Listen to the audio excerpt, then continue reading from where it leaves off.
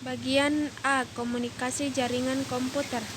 Jaringan komputer adalah jaringan telekomunikasi yang memungkinkan antar komputer untuk saling bertukar data.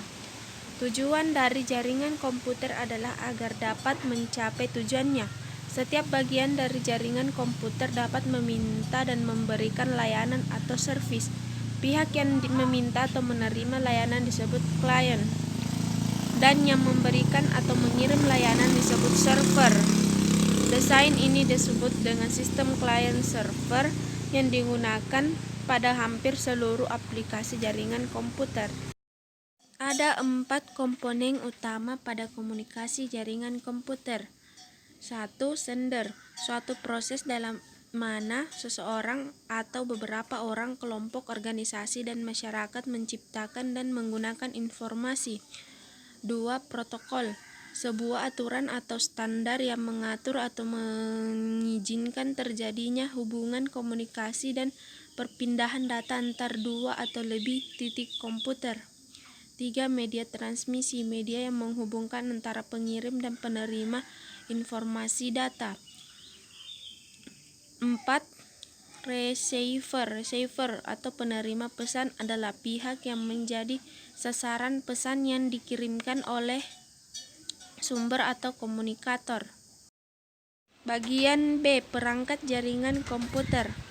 Perangkat keras jaringan komputer adalah perangkat yang digunakan untuk menghubungkan dua atau lebih komputer dalam jaringan komputer agar setiap komputer yang terhubung dapat saling berbagi data, file, dan sumber daya lainnya. Seperti halnya komputer, sebuah jaringan komputer bisa berproses dengan didukung oleh software dan hardware. Berikut perangkat jaringan komputer. 1. Modem atau modulator, demodulator. 2. Kabel jaringan. 3. Network interface card atau NIC. 4. Konektor. Bagian C. Komunikasi pada jaringan telepon. 1. Jaringan telepon kabel. Telepon kabel menggunakan sistem wirelan sehingga membutuhkan kabel supaya dapat berfungsi. Suara dari pengirim diterima oleh alat yang disebut mikrofon. Mikrofon mengubah gelombang suara menjadi sinyal listrik, kemudian disalurkan oleh perangkat telepon.